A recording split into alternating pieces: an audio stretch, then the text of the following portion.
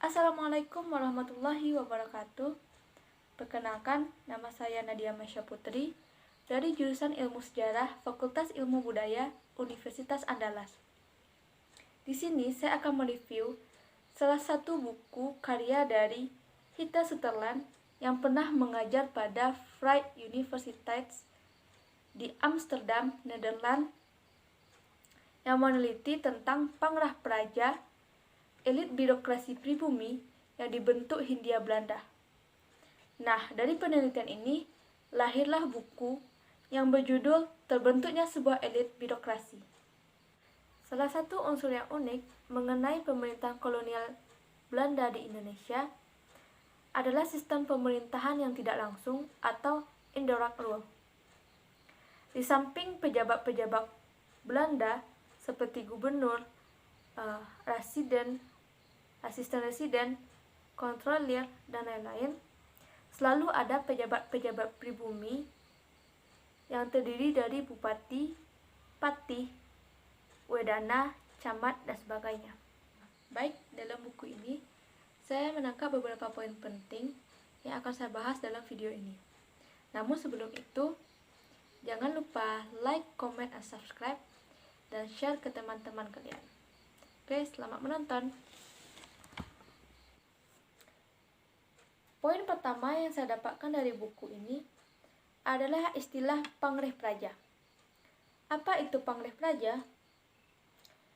Pangreh praja adalah pegawai negeri pribumi di bawah kekuasaan dari kolonialisme Belanda. Kelompok birokrat ini memiliki kedudukan status sosial yang tinggi bagi rakyat pribumi, namun rendah bagi kolonial Belanda. Mereka ini hanyalah jembatan antara kalangan pribumi tingkat bawah seperti petani dengan kepentingan para pejabat kolonial asing. Hal ini dimaknai sebagai kerjasama politik yang tidak setara. Ada kekuatan tawar-menawar di antara keduanya berkenaan dengan latar belakang, ras, dan budaya yang berbeda. Akan tetapi, semenjak abad ke-19, kegiatan ekonomi di wilayah jajahan semakin intensif, maka segala hal berhubungan dengan Eropa. Maka westernisasi acap kali muncul dan membawa perubahan gaya hidup masyarakat jajahan di wilayah pribumi seperti Jawa. Pembakuan dan pembaharuan birokrasi pun terjadi dan mulai memuncak dengan banyaknya peraturan yang keluar pada tahun 1910 dan 1915. Bertepatan dengan perubahan ini, muncullah kelompok sosial Jawa yang menentang kaum priai beserta kolonial Belanda. Di sini juga dijelaskan tentang bupati dan wali kota yang merupakan simbol kebudayaan dan wilayah kekuasaan mereka.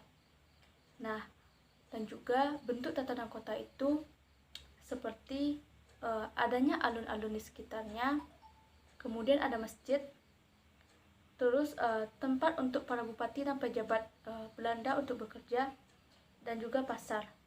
Nah, kompleks tempat tinggal bupati dan juga pejabat Belanda itu merangkap menjadi tempat kerjanya. Tempat tinggal ini disebut sebagai dalem. Nah, selanjutnya itu poin yang kedua adalah mentalitas birokrasi. Dalam mentalitas birokrasi ini kita akan membahas tentang perilaku para bupati dan para pejabat pribumi lainnya. Nah, di sini biasanya bupati itu melakukan poligami, yang mana istri pertama itu disebut dengan Raden Ayu atau Padmi, sedangkan istri selanjutnya dipanggil dengan Selir. Istri dari bupati ini pun juga dipilih dari kalangan atas atau yang setara dengan dia, seperti anak dari bupati kabupaten lainnya. Nah, sedangkan istri yang kedua atau istri yang seterusnya biasanya itu juga memiliki pangkat yang tinggi, namun di bawah bupati, seperti anak dari camat atau anak dari wedana. Nah, selanjutnya kenapa bupati memiliki harus berpoligami. Hal ini karena mereka ingin memperluas kekuasaan maupun sosial kapital bagi seorang bupati. Selain itu, juga dijelaskan di sini untuk memperkuat posisi pejabat lokal tersebut di daerah tempat gadis itu berada. Kemegahan kehidupan bupati juga menjadi hal menarik dalam pembahasan di buku ini, yang mana ketika seseorang telah menjabat menjadi seorang bupati, diharapkan mereka melaksanakan pesta yang mengundang orang-orang Eropa, Cina, dan priai dalam pesta tersebut. Nah, pelantikan dan pesta yang megah ini akan mengeluarkan dana yang besar yang tidak jarang didapatkan melalui rentenir. Selain itu, jika dana yang terkumpul juga tidak mencukupi untuk biaya pesta, kebiasaannya mereka ini meminta upeti kembali kepada bawahan-bawahan mereka seperti camat, wedana, dan yang lainnya. Raden Ayu juga ikut membantu mencari dana untuk pelaksanaan pesta tersebut. Nah, di sini mereka mencari dana tersebut dengan cara mengadakan permainan kartu yang wajib dihadiri oleh istri-istri priai, dan presentasi uang yang didapatkan dari perjudian tersebut adalah milik dari tuan rumah. Nah, di sini juga ada tradisi pemimpin di Jawa itu bahwa mereka boleh meminta sumbangan kembali kepada rakyat untuk pelaksanaan pesta tersebut. Akan tetapi meminta uang ini sangat ekstrim dan jarang dilakukan oleh para bupati.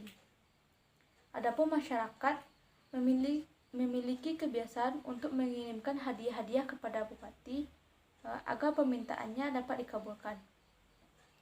Nah, kebiasaan semacam ini lambat laun menjadi tindak korupsi di era sekarang ini. Ita Sutherland juga menjelaskan bahwa hobi-hobi buruk para priai itu dianggap destruktif dan boros, seperti berburu, berjudi, minum minuman keras, menggunakan candu, dan bermain perempuan. Nah, bahkan tidak jarang para bupati atau pejabat lain yang melakukan belusukan ke desa-desa itu juga ingin bermain perempuan. Perilaku yang sekarang dapat dimaknai sebagai gila hormat tidak sama maknanya di masa lalu. Saat agenda-agenda seperti lebaran, bupati di sebuah daerah akan menggunakan busana kebesarannya lengkap, dan setelah melakukan sembahyang di masjid, mereka akan mengadakan gamelan di mana pejabat di bawah bupati tersebut ikut duduk di sekitarnya, dari patih hingga mantri. Nah, setiap kali akan melewati bupati, mereka harus jalan jongkok dan sungkem dengan mencium lutut sang bupati. Tradisi keraton semacam ini diadopsi di berbagai daerah lainnya dan akan menurun sesuai dengan hierarki kepangkatan. Poin yang ketiga atau poin yang terakhir adalah reformasi birokrasi. Pada akhir abad 19 atau awal abad ke-20, terjadilah reformasi birokrasi di Jawa yang mana menjalankan pemerintahannya secara profesional. Sistem magang diterapkan di daerah untuk para pekerja dengan pengalaman 5 tahun, dengan pengalaman kerja minimal 5 tahun yang dapat mengikuti ujian untuk menjadi panglih praja. Nah, pada tahun 1913 mulailah muncul syarat-syarat untuk mendaftar menjadi pegawai di birokrasi. Mereka harus minimum 2 tahun berdinas, entah sebagai wadana atau patih, dan juga mampu berbicara berbahasa Belanda. Seiring dengan kriteria tersebut, muncul pula lah permintaan agar bupati tidak didasarkan atas azas turun-temurun yang hanya berdasarkan mitos belaka. Pada tanggal 1 Juli 1915, itu pendidikan telah menjadi titik tekan apabila ingin menjadi birokrat atau panglih praja.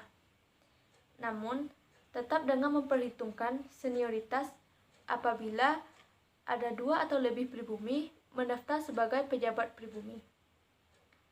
Setelah diterima, maka mereka akan mendapatkan pelatihan menulis agar mampu menjadi juru tulis yang handal untuk dipekerjakan sebagai pembantu panglih praja.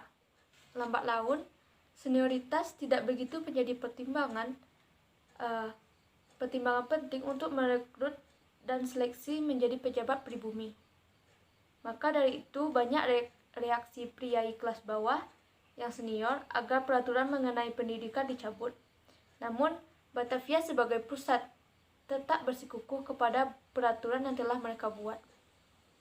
Karena adanya sekolah dan peraturan reformasi birokrasi yang telah berubah, ini menunjukkan dinamisnya perkembangan birokrasi di Indonesia yang mulai mengarah pada sistem profesional semenjak masa kolonial. Sekian hasil review mengenai buku Terbentuknya Sebuah Elit Birokrasi. Jangan lupa like, comment, and subscribe, dan share ke teman kalian. Assalamualaikum warahmatullahi wabarakatuh.